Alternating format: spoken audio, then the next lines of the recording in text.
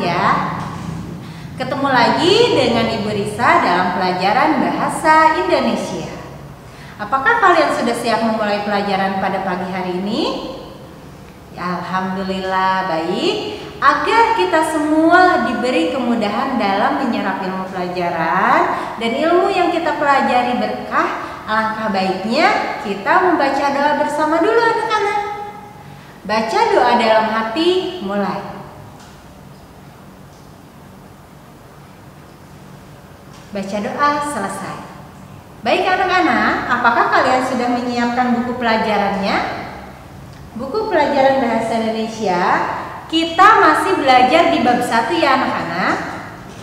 Kita masuk ke subtema kedua, yaitu membedakan dan menyusun teks laporan percobaan. Namun, sebelum kita masuk ke materi baru, Ibu mau mengulas dulu materi yang lama. Apakah kalian masih ingat? Iya. Apakah kalian ingat apa yang dimaksud dengan teks laporan percobaan? Iya, betul. Teks laporan percobaan adalah teks yang umumnya digunakan dalam ilmu pengetahuan alam atau biasa disebut dengan sains ya. Jadi sambil belajar bahasa Indonesia, kalian belajar IPA juga ya anak-anak. Iya, belajar bahasa Indonesianya kalian membuat teks laporan percobaannya. Belajar IPA-nya kalian melakukan percobaan ya. Nah, apakah kalian masih ingat unsur-unsur apa saja yang ada di dalam sebuah teks laporan percobaan? Oke, boleh sebutkan satu persatu? Ada 2, betul. Ada yang lengkap dan ada yang singkat. Oke, kita coba dari yang lengkap dulu ya anak-anak. Ada di halaman ketiga. Ada bab 1 yaitu pendahuluan. Bagian-bagiannya ada latar belakang, tujuan penelitian, rumusan masalah, dan manfaat penelitian. Masuk ke bab 2 yaitu pembahasan. Ada landasan teori, ada lagi hipotesis atau biasa disebut dengan dugaan sementara. Kemudian di bab 3 metodologi penelitian, ada tempat dan waktu penelitian, ada metode penelitian, ada instrumen penelitian. Kemudian di bab 4 ada hasil penelitian, yaitu hasil dari yang telah kalian lakukan dari percobaan. Dan terakhir ada bab ke-5 yaitu penutup, berisi kesimpulan dan saran, yaitu adalah unsur-unsur teks laporan percobaan yang lengkap. Nah, sekarang ada yang singkat, ada di halaman 8. Di antaranya pertama ada judul, setelah judul ada tujuan, ada hipotesis. Nah, sebelum alat dan bahan tolong ditambahkan landasan teori. Lalu alat dan bahan, langkah-langkah hasil percobaan dan pembahasan, terakhir simpulan. Ya, itu anak-anak unsur-unsur yang ada di dalam teks laporan percobaan. Selain itu apa lagi materinya yang kemarin sudah kita pelajari? Iya, ada struktur, yaitu ada berapa anak-anak strukturnya? Ada 5. 1. Pendahuluan. 2. Landasan teori. 3. Ada metodologi penelitian. 4. Ada hasil dari penelitian. Dan kelima ada simpulan. Bagus, tepuk tangan untuk semuanya. Hebat murid-murid Bu Risa.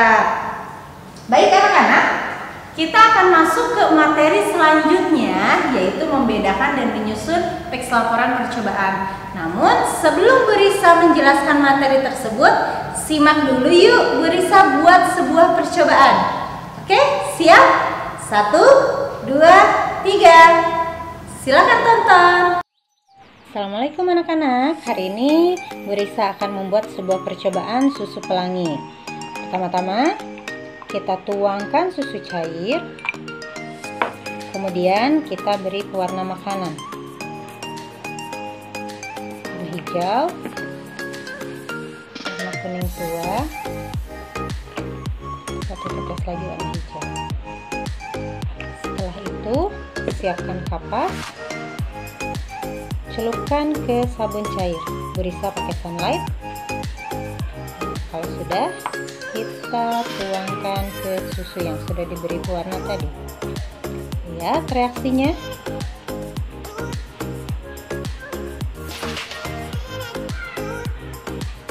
Nah, luar biasa kan? Kalian bisa melakukan ini di rumah ya anak-anak, sangat mudah sekali kan? Selamat mencoba. Nah, bagaimana anak-anak? Menarik kan videonya? Nah, itu adalah salah satu percobaan yang Burisa lakukan di rumah, menggunakan bahan-bahan yang ada di rumah. Jadi, ketika kalian ingin membuat sebuah percobaan, itu nggak sulit kok, nggak repot kok. Kalian bisa menggunakan segala macam bahan-bahan yang ada di rumah ya. Kalian bisa bereksperimen apa saja di rumah ya.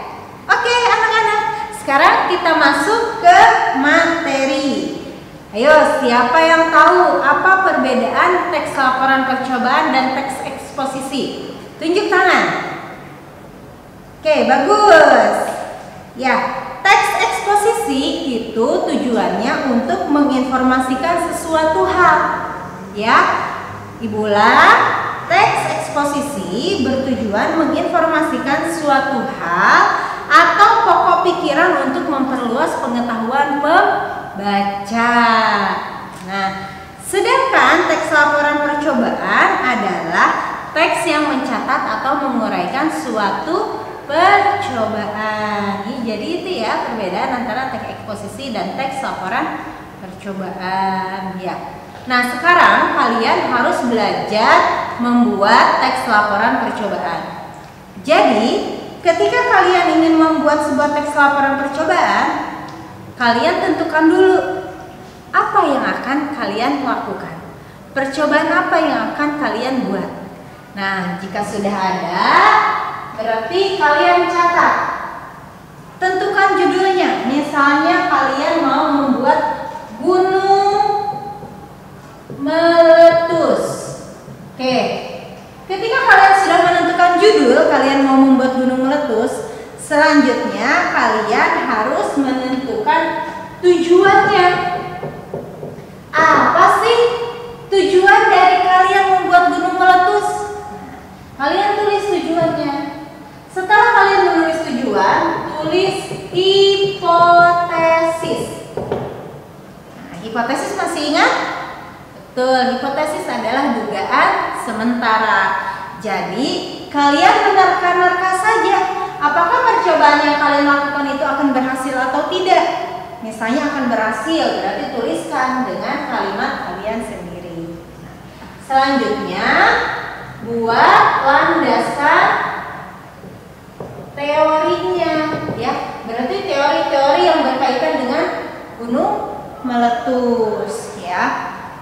Kemudian selanjutnya setelah membuat landasan teori, tentukan alat dan bahan. Kira-kira untuk membuat gunung meletus alat-alatnya apa saja sih tentukan. Kemudian bahannya apa saja sih tentukan.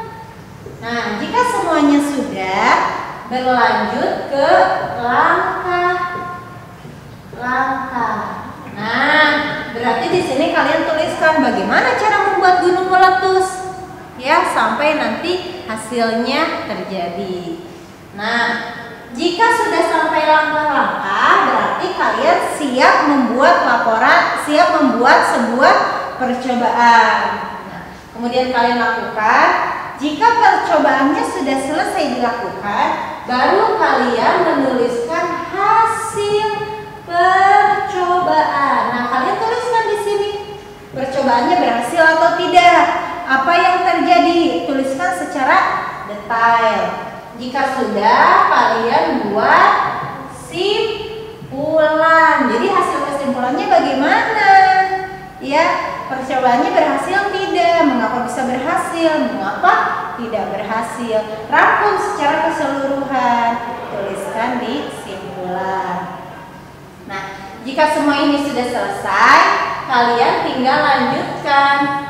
Buat teks laporan percobaan dengan rapi. Dari mulai judul sampai kesimpulan.